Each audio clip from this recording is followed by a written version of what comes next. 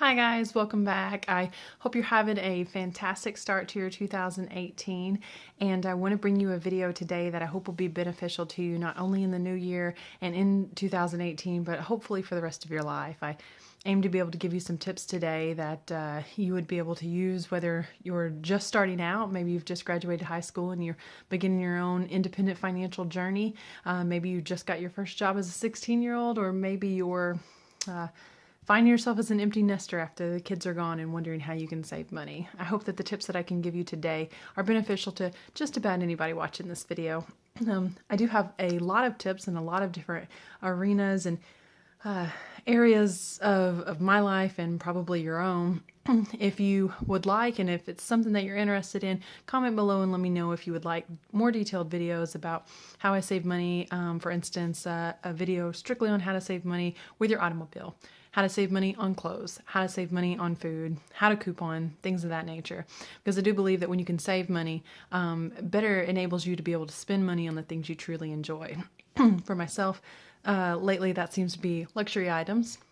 Luxury handbags, belts, shoes, jewelry, fashion. That's kind of my niche, I guess, as far as the things that I really enjoy. Spending money on something that will last a long time. Handmade goods or really quality made merchandise, maybe for you at Starbucks and that $4 coffee every day, and that means a lot to you and that's your happy place. I think we all have something that we enjoy spending a good chunk of change on. Some people it may be the newest cell phone or technology or something of that nature. But I do believe that if we're going to find that one thing that we like to spend a little extra money on, we need to be able to skimp and save in other areas and not necessarily feel like you're skimping and saving. So I want to give you my top 5 tips, and these are just across the board tips. Again, if you'd like to see a video where I break down into independent areas, please let me know about that. So my very first tip would be to DIY everything that you possibly can. And I don't mean in a crafty way. I mean DIY as in do it yourself. Stop paying somebody to do what you could do yourself. Everyone has different skills and abilities. I cut my own hair. It's in a ponytail right now. You can't really see it, but I'm not going to pay someone to do something that I could do. I dye my own hair. I paint my own fingernails when my nails are painted. Things like this that maybe you're spending money on, you could be doing yourself. Have the ability to change my own brakes. My husband changes my brakes. He likes to do that, but my dad definitely taught me to change my own brakes. Do it yourself. Again, cut your own yard. Why are you paying someone to mow your yard when you could certainly do that yourself? You can get a lawnmower for $75. That's probably the cost of paying someone to mow your yard twice. And you're saving a lot of money. Cook yourself. Quit paying someone to sit down in a restaurant, 3-4 nights a week. Maybe, once or twice on occasion is one thing, but definitely stop paying someone to do something that you could do yourself. So DIY whenever possible. Yes, sometimes that does mean crafting things. So maybe you're buying new curtains and you could just make those curtains yourself. DIY, do it yourself. Don't be lazy. Okay, save yourself some money and do it yourself. My number 2 tip is cash only. I don't mean carrying around 20s and hundreds in your wallet. If that's what you want to do to keep up with how much you're spending, that's great. But maybe for security purposes, a debit card might be easier. But when I say cash only, a few years ago, my now 11-year-old came home from school and asked me, what is the difference between debit and credit? I told him that a debit card is when you have your own money to spend, and a credit card is when you need to borrow money from someone else. It's the truth. Stop charging. Stop paying interest on items that you probably could have just paid for yourself. A lot of people will look at a credit card as, well, I don't have to pay for it right now. I can pay for it later. I can pay a monthly payment on it. And that's just money wasted, even if it's a low interest rate. Even if you tell yourself, it's interest free for 12 months, I'll just charge it and I'll pay it off within the 12 months. Ask people you know that have been there, done that, if they paid it off in the 12 months. In my opinion, I know not everyone's going to agree with this. If you can't pay cash for it, you probably don't need it. There are exceptions, there are emergencies that arise, and that's why you should have some money in savings. Sometimes maybe your savings wouldn't cover that. There's always going to be an exception to every rule. But as a general rule of thumb, if you can't afford to pay cash for it, you probably don't need it that badly. Save up your money for it. You're going to save yourself a lot in interest. And you have more cash flow when you don't have 7 credit card payments going out every single month. So my number 3 tip is to shop with coupons, clearance, sales, and discount stores. Look for things to be cheaper. When I say coupons, I mean use apps, use digital coupons. Some of the apps that I use the Walgreens app, the Checkout 51 app. I bought the coupons.com app, which will allow you to do digital coupons for stores like Kroger, Dollar General, several different stores. And I use the Crazy Coupon Lady app also, and she'll tell you how to pair up some of the deals and some of the coupons with sales, which is phenomenal at Walgreens. You can stock up on things that way by shopping sales or clearance. We have enough shampoo and conditioner to last us over a year in our house right now, and I paid less than $2 a bottle for these 25-ounce bottles. So shop the sales, shop clearance, shop coupons. I would love to do a video strictly about that. If you'd like to see that, let me know in the comments below for sure. And beware, when I say shop discount stores, I don't mean outlet stores. Beware of the outlet stores because, I mean, I think that they've largely already been exposed, but there's a lot of people that don't know still that the outlet stores are not giving you the merchandise that they would sell at the traditional store that's like a closeout or a shelf pull or out of season at a cheaper price. That's not. They're Coach, J. Crew, all of those stores, the Nike outlet, they're creating a cheaper, I don't know the Nike outlet, but I know Coach and J. Crew for sure, Banana Republic, places like that.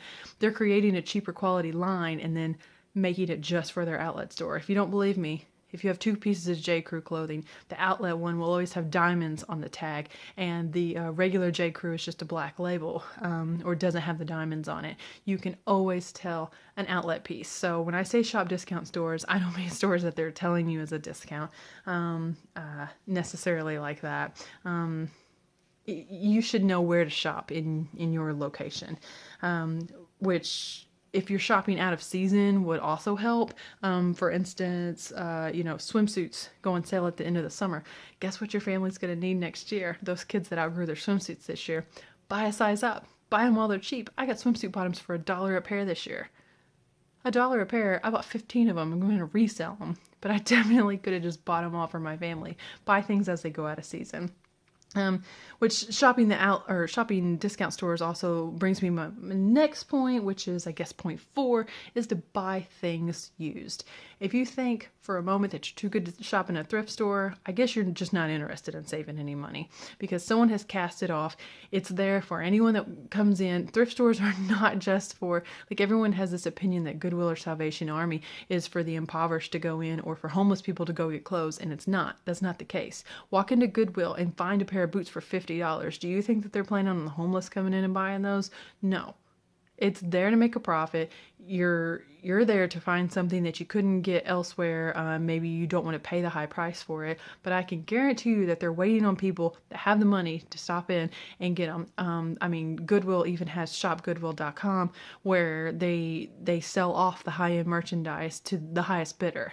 Okay, it's not for like I say, it's not just for impoverished or homeless people to come get clothes. So you need to be willing to shop thrift. You need to buy used first. And I don't mean just at thrift.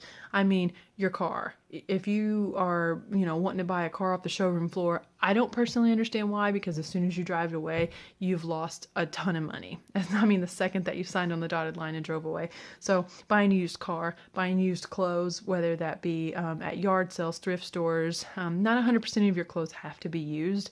Maybe you can find a good deal elsewhere, but I feel like I can get higher quality merchandise, vintage clothing especially, that, when things were made a lot higher quality and not fast fashion, I can get that cheaper.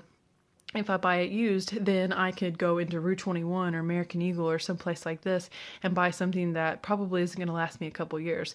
I read a staggering fact the other day that the average American throws out 80 pounds of fast fashion clothing every year. 80 pounds. It's landing in our landfills. Buy used clothing, guys. It's just being responsible. We're not the last ones to inherit this earth. I also buy used dishes, even serverware, plates and bowls and things like that. I mean, it's glass, it's porcelain, Pyrex, stuff like this. It cleans up and disinfects really well. So buy used decor for your house. I don't like to buy used upholstery items. The thing that I like buying used the most is used luxury goods. If I can find vintage Gucci or Louis Vuitton or, I'm always on the hunt for Chanel. If I can find that used, then, buy to the thousands of dollars price tag and maybe I can get it for $100. You know, you can get vintage Louis Vuitton all day long on eBay for under $150 for a bag. I mean, you just have to know where to look. So buy used when you can. And then my last tip, and this is the most important tip, this is tip number 5. As a realtor, this is what I try to talk my clients into, my customers into quite a bit, is to live below your means. You know, people always say don't live over your means, don't live over your means. And that's fine advice, but I want to invite you to actually live below your means. Like for instance, again, from a real estate perspective, the house that you're pre-approved to buy, what the bank pre-approves you for, you probably shouldn't buy that much. I mean, unless you want to be a slave to your mortgage and a slave to your bills and never be able to take off a day, heaven forbid you lose your job, stop trying to keep up with the Joneses. Stop trying to impress people. You don't have to buy the latest and greatest of everything. Live below your means. Yes, I could go buy real Kraft macaroni and cheese. And if that's important to you and that's your happy place, okay. If it's not, buy the store brand, buy the generic. Just because you can afford it does not mean that you have to purchase it, okay? Yes, I might be able to afford to drive a nicer vehicle than what I'm driving. It doesn't mean I have to. There's absolutely nothing wrong with my car. It's a 2011 and it gets me around and it's full of luxury and I love it. So why in the world would I need to keep up with anyone and spend more money than what I have to? So you work hard for your money. Don't work hard for your money just to go to a job to pay for the stuff that you have to buy. And you can't enjoy the stuff because you have to go back to your job because you're a slave to your job because you got these credit cards because you're not buying stuff with cash and you refuse to buy anything used and everything has to be brand new and you're paying people for their services because you won't DIY anything and you refuse to shop on clearance and you wonder why you're always broke. So just to recap, DIY whenever possible, cash only, stop spending on credit cards. Number 3 is coupons, clearance, and sale items, okay? Sale stores, discount stores, shop for things to be on a cheaper price. That's just common sense to save money.